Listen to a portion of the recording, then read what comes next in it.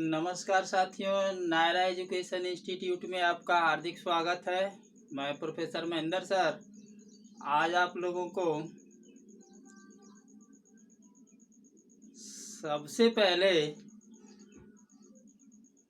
तो जितने भी मेरे साथी भाई बहन मित्र मंडली मेरा आज के वीडियो को देख रहे हैं, आप सभी लोगों को, सभी देशवासियों को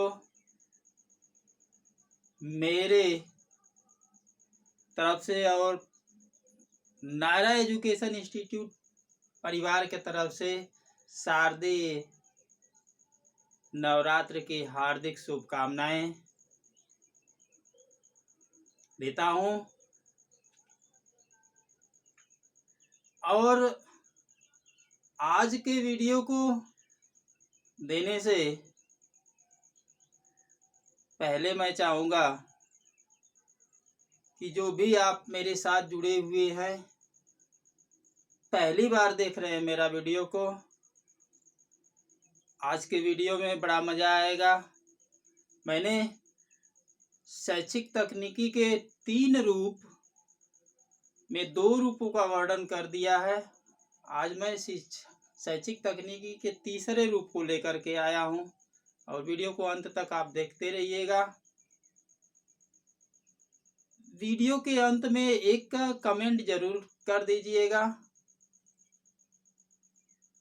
कि आपको वीडियो कैसा लगा। तो साथियों, आज हम आपका भाई आपके लिए जो वीडियो लेकर के आया है वो है शैक्षिक तकनीकी तृतीय, जिसे प्रणाली उपागम के नाम से जाना जाता है।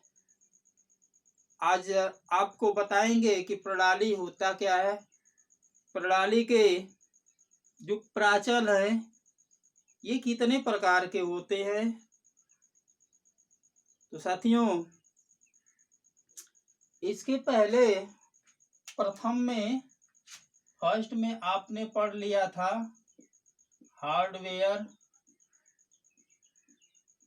हार्डवेयर को पढ़ा था।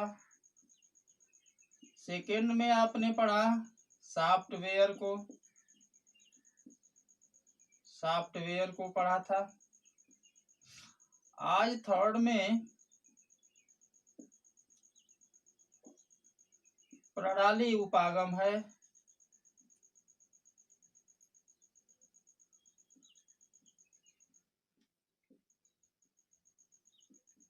आज आप लोग को प्रणाली उपागम के संबंध में चर्चा करने जा रहा हूं।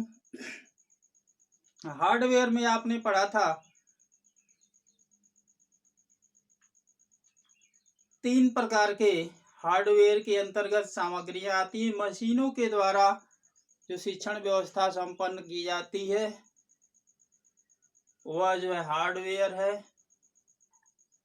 जो मशीनों के विपरीत है, जिसमें मशीनों का प्रयोग नहीं किया जाता है, वह आपका जो है कि सॉफ्टवेयर है।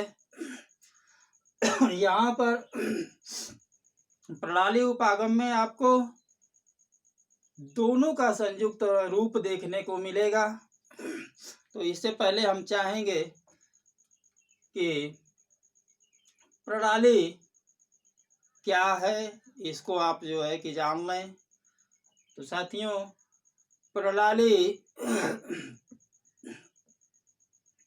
प्रणाली का एक, कुछ लोग हंस रहे हैं, अच्छा लग रहा है, सुबह सुबह का टाइम है। कुछ मेरी बहनें कह रही थी कि सर आपका लाइव क्लास कब से चलता है। तो मैं उन सभी साथियों से, बहनों से, मित्र मंडलियों से कहना चाहूँगा कि अभी लाइव क्लास का जो है परमिशन मुझे नहीं मिला है। बहुत जल्द ही लाइव क्लास चलाने का परमिशन, जैसे ही मेरे 1000 सब्सक्राइबर्स हो जाएंगे, तुरंत जो है मुझे मेंबरशिप मिल जाएगी यूट्यूब चैनल के तरफ से और लाइव क्लास चलने का परमिशन मिल जाएगा। तो बहुत जल्द ही मुझे लग रहा है कि संभवतः इस महीने के लास्ट तक चांस है, क्योंकि अब बिल्कुल नज़दीक मेरा कार्य 87% 87% मेरा कार्य हो चुका है। सिर्फ 13% बाकी है। बहुत जल्द आप लोग के सामने लाइव भी मिल जाऊंगा और आपको ज्ञान देते रहूंगा। तो साथियों, सीधे हम प्रणाली की तरफ चलते हैं। प्रणाली का एक निश्चित उद्देश्य होता है साथियों। प्रणाली का निश्चित उद्देश्य होता है जिसकी प्राप्ति के लिए सभी एक दूसरे के साथ अंतर क्रिया करते हुए क्रियाशील रहते हैं। प्रणाली का कोई न कोई एक निश्चित उद्देश्य होता है साथियों, जिसकी प्राप्ति के लिए सभी जो है एक दूसरे से क्या करते हैं, अंतर क्रिया करते हुए क्रियाशील रहते हैं। प्रणाली की कई उप प्रणालियां भी होती हैं साथियों। प्रणाली की कई उप प्रणालियां भी होती हैं। प्रणाली उपागम की प्रक्रिया जो है साथियों, विद्यालय के एक प्रणाली के रूप में जो है देखती है। विद्यालय को जो है एक प्रणाली के रूप में देखती है, जिसका उद्देश्य विद्यालय व्यवस्था का समुचित संचालन करते हुए निश्चित उद्देश्य की प्राप्ति करना होता है। साथियों, ये सिस्टम है, एक व्यवस्था है। इस व्यवस्था को जो है कि एक विद्यालय के रूप में अगर हम उदाहरण देते हैं तो आपको और अच्छा से समझ में आ जाएगा कि इसे अगर इस प्रणाली को विद्यालय के रूप में देखा जाए तो इसका भी एक उद्देश्य होता है, जो विद्यालय व्यवस्था का समुचित संचालन करते हुए क्या करता है, शैक्षिक उद्देश्यों की प्राप्ति करता है। इसलिए विद्यालय, जैसा कि विद्यालय में क्या क्या होता है, विद्यालय में सिस्टम में क्या क्या होता है साथियों, विद्यालय में विभिन्न कक्षाएं होती हैं, कार्यालय होता है, विशिष्ट कक्ष होता है, प्रयोगशाला होता है, शिक्षक होते हैं, विद्यार्थी होते हैं, कर्मचारी होते हैं। ये सभी जो होते हैं ये क्या करते हैं, ये सभी घटक एक साथ मिल करके विद्यालय व्यवस्था को क्या करते हैं, उसकी जो ये जितना मैंने बताया है, विद्यार्थी, कर्मचारी, कक्षा, कार्यालय, विशिष्ट कक्षा, प्रयोगशाला, शिक्षक, ये तमाम सभी लोग विद्यालय घटक के रूप में एक साथ मिलकर के क्या करते हैं, विद्यालय व्यवस्था को समुचित रूप से संचालन करने में उसकी सहायता करते हैं, जिससे क्या हो सके, ये जो है विद्यालय के उद्देश्यों की पूर्ति में, विद्यालय के उद्देश्यों की प्राप्ति में अपनी जो है भूमिका निभाते हैं, अपनी अपनी भूमिका निभाते हैं। साथियों, ये जितने भी घटक हैं, चाहे वो विद्यार्थी हो, चाहे शिक्षक हो, चाहे कर्मचारी हो, इसमें से किसी भी एक में अगर परिवर्तन आ जाता है तो उस परिवर्तन से क्या होगा, विद्यालय की जो व्यवस्थाएं हैं, प्रणाली है, सिस्टम है, वह प्रभावित होने लगती है। तो साथियों, सबसे मस्ट पॉइंट इसका जो है कि प्रणाली का कोई ना कोई उद्देश्य होता है, एकदम उद्देश्य पर यह आधारित होता है।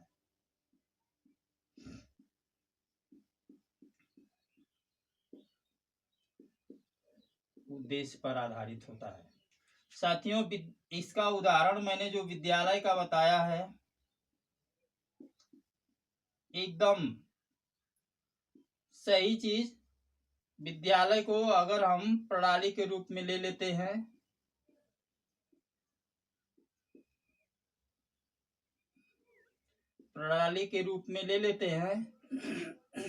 तो इसमें विद्यार्थी हैं,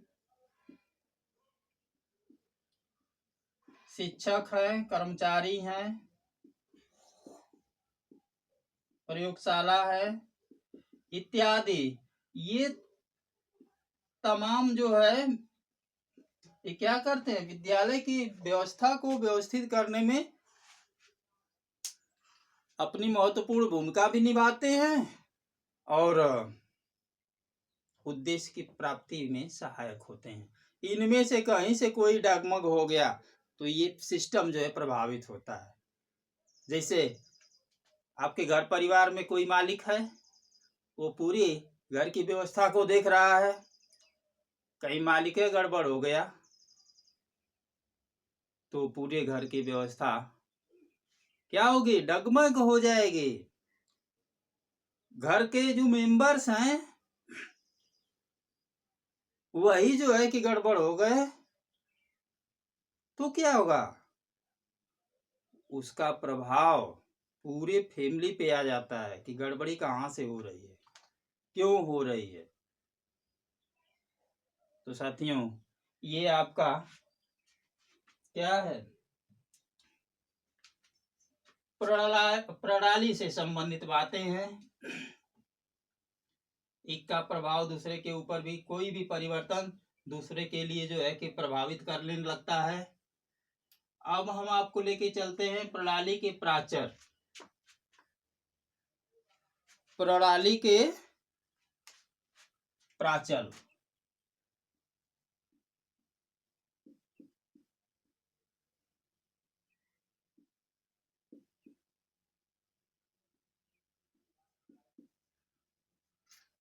प्राचल साथियों, प्रणाली के 4 प्राचल बताए गए हैं। 4 प्राचल में इसका एक डायग्राम बना देते हैं। 4 प्राचल हैं, लीजिए इसका एक डायग्राम बना दिए।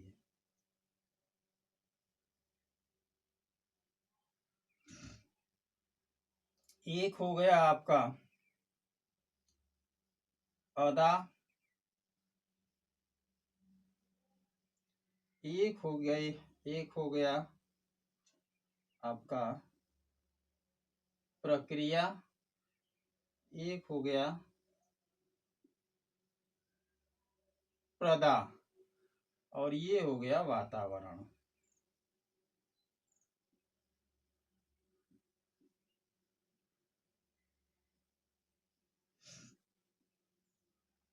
वातावरण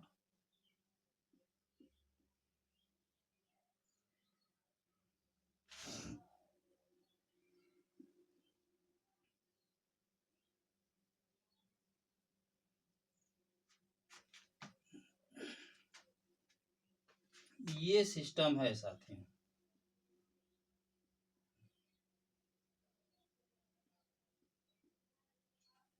वातावरण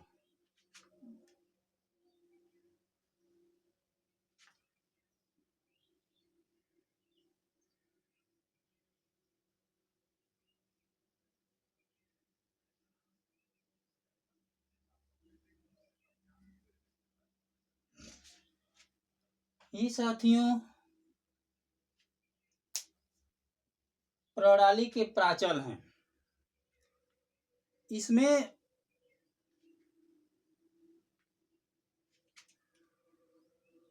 चार आइटम है। फर्स्ट है अदा, सेकंड है प्रक्रिया, थर्ड है प्रदा, और इसको क्या करता है, घेरे हुए है वातावरण। ये 4 आइटम्स हैं प्रणाली के प्राचल के रूप में। तो हम जानना चाहेंगे कि अदा ये होता क्या है, अदा किसे कहते हैं। तो साथियों, अदा वे व्यवस्थाएं होती हैं प्रणाली के अंतर्गत, जैसे कोई वस्तु है, मानवीय स्रोत है, संसाधन है, जो इस प्रणाली की प्रक्रिया को क्या करते हैं, स्टार्ट करने के लिए, प्रारंभ करने के लिए आवश्यक होते हैं। तो हम दूसरे शब्दों में कह सकते हैं, वे साधन, वे वस्तुएं, वे मानवीय स्रोत जिसके द्वारा प्रणाली को प्रारंभ करने के लिए आवश्यकता पड़ती है, वे क्या होते हैं, अदा होते हैं। इन्हें ही अदा कहा जाता है, जिसके द्वारा प्रणाली की शुरुआत की जाती है। वे संसाधन, वे स्रोत, वे वस्तुएं, वे सहायक सामग्रियां जिसके द्वारा प्रणाली को प्रारंभ करने के लिए, कार्य को प्रारंभ करने के लिए जिसकी आवश्यकता होती है। दूसरे पॉइंट पे साथियों है प्रक्रिया। ये प्रक्रिया क्या होती है, आइए। प्रक्रिया किसे कहेंगे साथियों, प्रक्रिया वह होती है जिस कार्य को करने के लिए, जिसके द्वारा जो है अदा आवश्यक रूप से प्रयोग में लाए जाते हैं। वे कार्य जिनके जो अदा होती है, जैसे कोई वस्तु है, कोई मानवीय स्रोत है, संसाधन है, उसका प्रयोग इस प्रक्रिया के अंतर्गत जो है किया जाता है और उसी से उसका संबंध स्थापित होता है। अर्थात हम कह सकते हैं, जिसके द्वारा अदा से आवश्यक कार्य किए जाते हैं, उन कार्यों से जो संबंध होता है वो प्रक्रिया होता है। जिसके द्वारा अदा से आवश्यक कार्य किए जाते हैं, उन्हीं कार्यों से जो संबंध होता है वो प्रक्रिया होता है। तो पर्दा क्या होता है, पर्दा क्या होता है, वह पर्दा साथियों वह होता है, पर्दा से तात्पर्य उस उत्पाद से होता है जिसकी प्राप्ति के लिए ये प्रणाली जो है क्या करती है, कार्य करती है, क्रियाशील होती है। पर्दा का तात्पर्य उस कार्य से होता है, उस उत्पाद से होता है साथियों, जिसके प्राप्ति के लिए जो है ये प्रणाली जो है कार्य करती है। और वातावरण इसको चारों तरफ से क्या करता है, घेरे रहता है। इसमें भौतिक और सामाजिक दोनों परिवेश जो है सम्मिलित होता है। अगर किसी भी प्रकार की गड़बड़ी होती है तो वह व्यवस्था क्या होती है, चरमराने लगती है, परिवर्तित होने लगती है, उद्देश्यों की प्राप्ति में जो है कि क्या होने लगता है, कठिनाइयां आने लगती हैं। अगर उसमें प्रभावशीलता जोड़ दी जाती है तो वह और डेवलप करने लगता है। तो साथियों, ये है आपके प्रणाली उपागम से संबंधित बातें। इस प्रणाली उपागम में हार्डवेयर और सॉफ्टवेयर दोनों को कंबाइंड करके जो है कि शैक्षिक कार्यों को जो है कि संपन्न किया जाता है। तो साथियों, आज के वीडियो में बस यहीं तक। अगले वीडियो के साथ आपका साथी जल्द ही आपके समक्ष प्रस्तुत होगा। तब तक के लिए साथियों नमस्कार, जय हिंद।